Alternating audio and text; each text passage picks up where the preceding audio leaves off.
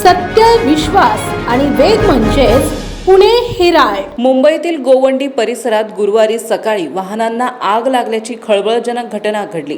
Ghatkopar Mankhurd link रोडवरील बेंगनवाडी signal जवळ ही आग लागली होती. मिळालेल्या माहितीनुसार गुरुवारी सकाळी बेंगनवाडी सिग्नल जवळ उभ्या असलेल्या अनेक वाहनांनी अचानक पेट घेतला. आगीचे स्वरूप मोठे असल्याने परिसरात धुराचे लोट पसरले होते, ज्यामुळे वाहतुकीवरही काही काळ परिणाम झाला.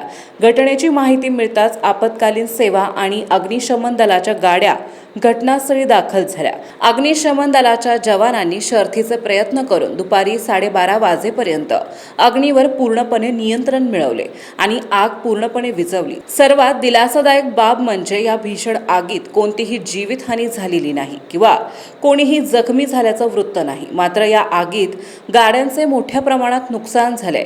ही आग शॉर्ट सर्किटमुळे लागली की अन्य काही कारणांमुळे याचा तपास सध्या सुरू आहे. आगीचे नेमके कारण अद्याप समजू शकलेले नाही.